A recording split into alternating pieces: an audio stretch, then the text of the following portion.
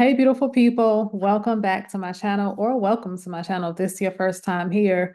Today, I want to talk about why this is my last video about tech sales. Okay, so understandably, a lot of you all are subscribed to the channel or have watched my videos based on my activity on LinkedIn or prior activity on LinkedIn, because I'm not really active on that platform right now. One day I will get back to being active, but not today, okay? So, yeah, this is my last video on tech sales because I was, analyzing my videos, looking at some of the views and things like that. And I noticed that a lot of my videos where I talked about tech sales are the ones that got more views than others. Okay. And again, I understand because, y'all follow me from LinkedIn. You all probably have followed my journey from when I first got into tech sales and when I was like an advocate of that field. And then when I was talking about course careers and, et cetera, et cetera. But this is my last video on tech sales because I am no longer in that field. I don't want to be in that field anymore. I learned what I needed to learn and I'm ready to move on. Okay. So this YouTube channel is just me pretty much documenting my journey throughout life and just again having my digital footprint out here on the world so that I can look back at myself once I do elevate more in life and certain things start to manifest. I can look back and be like, oh wow, this is where I started from. And also I'm doing this channel being more consistent with posting videos because I do want to inspire others and just show you that anything is possible. You don't have to limit yourself because you're a certain age. I'm 41 years old, not ashamed to say that. I don't really understand why some women or some people in general don't want to talk about how old they are if they're a certain age. I'm not ashamed about that. So yeah, anyway, I'm 41 years old, pretty much starting over in life, and I'm not ashamed about that. I'm embracing it. And I just feel like, it's never too late to start a new chapter in life. Okay, so back to the topic of this video. This is my last video on tech sales, and I want to share with you pretty much my journey getting into tech sales. Again, just to kind of recap everything, if you have not watched my prior videos. So I come from a background, I have worked at a lot of reputable places, places that look good on paper. Knowing what I know now, they probably paid to have the whole best workplaces of 2025 or best workplaces of 2020 or whatever. You can pay for those certifications or that acknowledgement, right?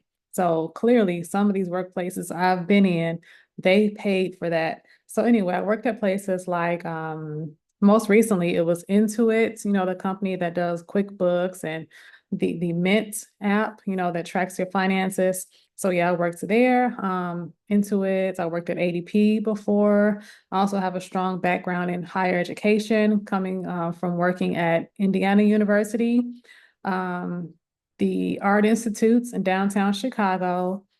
Where else did I work? I want to say there's two more that kind of stand out. Oh, Chamberlain University, that's a nursing school. And then also I worked for a startup company. That's where I first started or got my feet wet in tech sales. So I was a business development rep there. And then at Intuit, I was an account executive. So yeah, anyway, I got into tech sales because mainly it was because of my father's passing. And I thought that I needed or thought I wanted a career that gave me some freedom and flexibility because I had been hearing about people working in tech and how they have the unlimited PTO, they get to travel and have a lot of these perks and benefits. So I had just came from a job. This job was at ADP when my father had passed away. I was working there for 11 months and I had to be there 12 months to be able to qualify to get FMLA. So I couldn't get FMLA because I was just a whole month shy. I know it's so stupid. I was just 1 month shy of not being eligible for FMLA, and I needed that extended time off because this whole bereavement policy and the 3 days off, that was not enough. So I ended up leaving that job. Long story short, I did put in a notice, but I should have just I don't know, this sounds so wrong, but I felt like because how they did me, I should have just left and turned in my badge and just never came back. But again, I was saying in the previous video, I believe in doing things with integrity and treating people the way I want to be treated. Well, like one day when I do have my own employees, I will hope that they will respect me because, for one, I'm going to respect them. But anyway, I'm getting off track here. Okay, but anyway, like I was saying, I was working at ADP when my dad had passed away. Excuse me. And then just looking at other career fields, like I said, tech sales specifically seem pretty intriguing because of the perceived perks that they would get. And of course, more money. And again, I was grieving. I really didn't know. I should have taken a little bit more time to like understand my next career path. It should have been honestly in recruiting, but that's another story for another day. Let me go back. So I entered a tech boot camp. So I thought I wanted to be a sales engineer first. So I did that tech boot camp roughly about 2 weeks after my father passed, just trying to, get into another career field because I didn't want to go back into payroll, because that's what I was doing at ADP. It lasted for about a month. I did really well in the course. I think I was ranked second, the what is it, salutatorian of the graduating class. I think I tied with somebody. So I was doing exceptionally well with that course. And, I was applying for sales engineer roles. I got a couple of interviews right after graduation. One interview, I made it through the fourth round, but they didn't end up hiring me for that sales engineer role for whatever reason. Then I interviewed at other places, kept getting the runaround, was going through several rounds. Of course, I could get interviews, so that showed that my resume was top notch. But I was going through the several rounds of interviews and doing the demos, and that just got to be nerve-wracking. Going through all of that, doing that quote unquote homework for these companies and not getting selected. So I really got discouraged from being a sales engineer. I started applying for tech sales roles instead because I didn't have to do demos. That was my logic behind that. So that was really appealing to me because, you could just do these interviews real quick, maybe three, maybe four rounds, if that. But a lot of those interviews for tech sales, they were only 3 rounds for me. And I thought that was amazing compared to what I had been used to with the sales engineer interviews. So long story short, it took me about 3 months to break into tech sales after completing that boot camp to be a sales engineer. So I was a business development representative at a startup for 6 months until they laid me off. It took me no, maybe 2 months, 2 or 3 months to find a job after that. I worked at Intuit. That's where I got my experience working as an inbound sales rep. So I was an account executive, started off there. The first 2 months, I went from working with small businesses to enterprise businesses. And that was amazing. I was able to catch on to things really fast. I was able to also teach people things that I kept seeing. They kept asking the same questions in the chat. I think we were using Slack at the time. I don't remember. But anyway, I kept seeing a lot of the same questions being posed in the comments, and I would just pull some people to the side and I would run my little Zoom meetings with them to teach them what I knew. So, I felt like I was, in a sense, like in a leadership type of role, even though I didn't have that title. But yeah, that's what I was doing there. I did a lot of, inbound calls. So that freedom and flexibility they talk about in tech sales, it didn't apply to me because I couldn't just leave after 4 hours like what I had been used to with the business development role at the startup. I was doing outbound calls. So I had my list of people that I call, follow up with, et cetera, send emails. I would get through that, plow through that in about 4 to 6 hours and be done. And I still get paid my same salary. But with Intuit and doing the inbound calls, I had to be stuck or tied down to my desk, not literally, of course, but I had to stay at my desk pretty much for the entire duration of that 8-hour shift in case a call came in that was routed to me. Then we had scheduled lunch breaks and scheduled breaks. So lunch breaks were only 30 minutes. The other breaks, we had 2 10-minute breaks. We couldn't take them together. Well, we could if we, got permission to, and I hated that.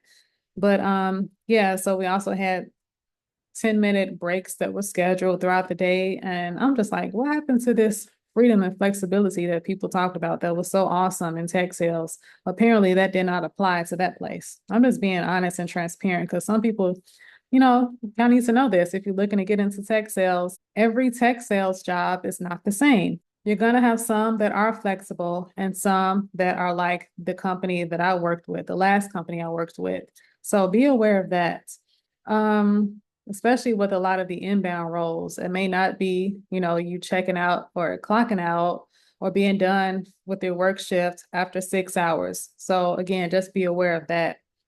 But yeah, I did that for about 6 months. I didn't get laid off or fired or anything like that. I was never in any trouble, but I was just drained, tired of what you would call corporate greed.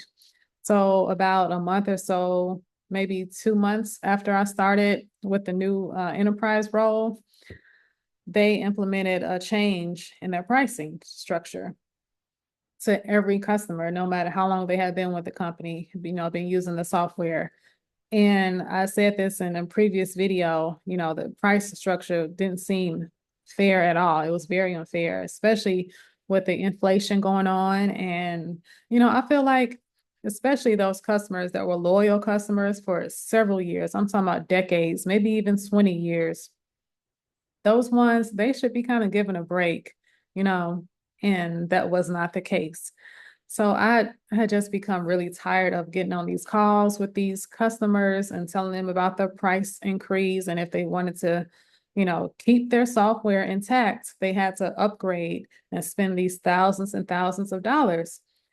And of course, they would be irate sometimes. Some of them would just, brush it off because they were making money like that in their business. And I ain't mad at them.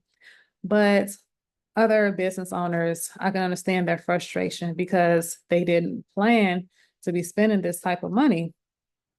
And it just got really draining after a while. And I felt like it was pulling at my moral compass. It just was not right to be, part of this whole corporate greed. And I'm just like, I don't care how much they pay me. My mental health is far more important. And this is just stressing me out. And I can't do this no more. So that was the real reason why I left. And when people would ask me why I left, I just I forget what I told them because I'm not really a good liar. Honestly, I'm not.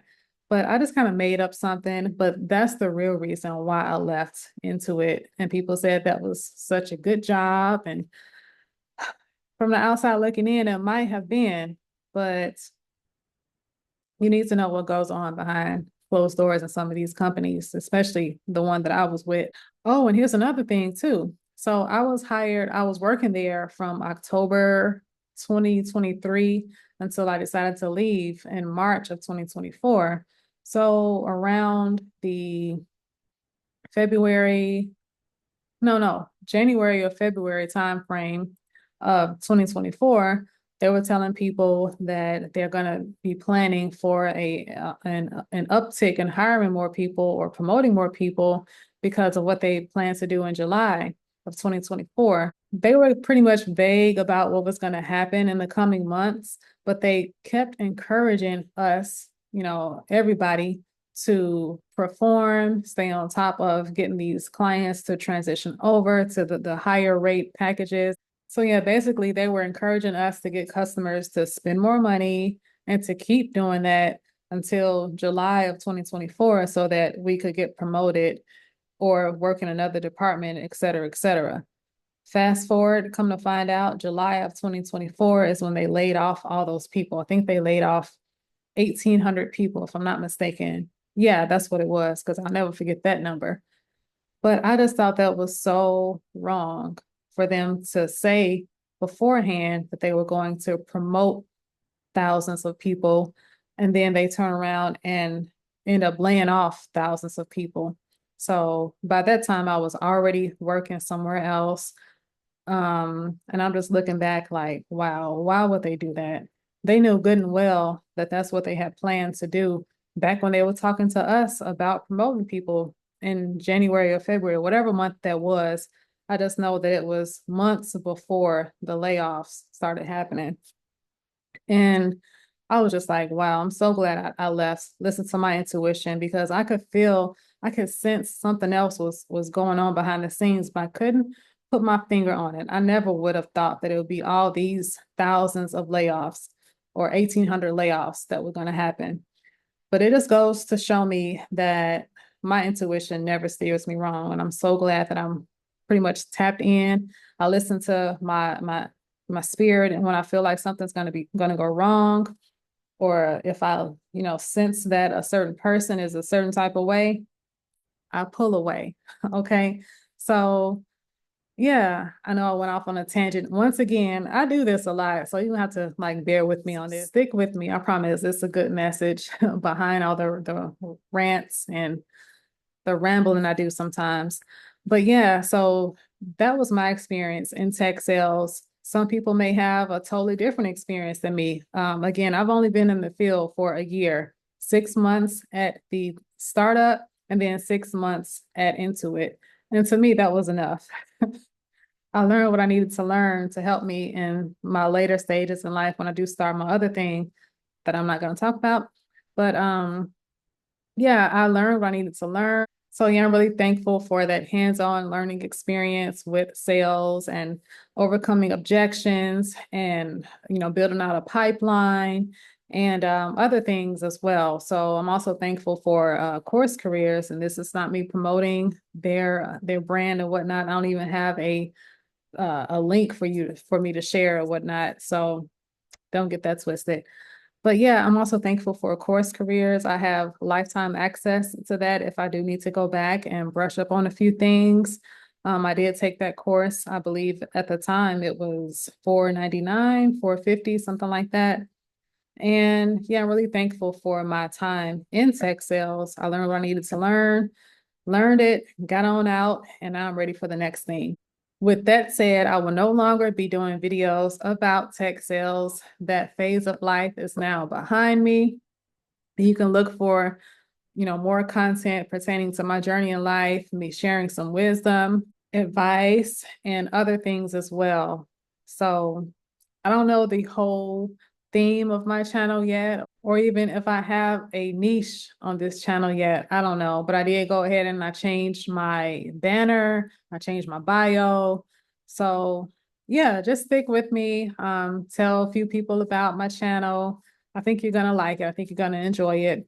But yeah, that's what I wanted to discuss today. This is my last video about tech sales. I'm also doing this because people are still messaging me about tech sales on LinkedIn. They found my LinkedIn page. Of course, they will find it. It's in my bio. But yeah, they're still asking me about tech sales. And I'm like, I'm sorry, but I can't assist you with something that I no longer am passionate about. So pretty much that's how that conversation goes. But if you still want me to assist you with your resume, I am offering that service. I will leave a link in the description if you want to schedule some time with me or to book me. I'm not doing it no longer for free. So understand that, but the prices are affordable. But yeah, that's what I wanted to discuss today. If you have any questions for me, feel free to leave them in the comments, as you all have been already doing. I love the interaction. I love the engagement. So yeah, thank you for watching today's video, and I'll see you on next Wednesday. Also, Merry Christmas to those who celebrate. And yeah, be sure to like, comment, and subscribe if you're not subscribed already. All right, I'll see you next Wednesday. Bye.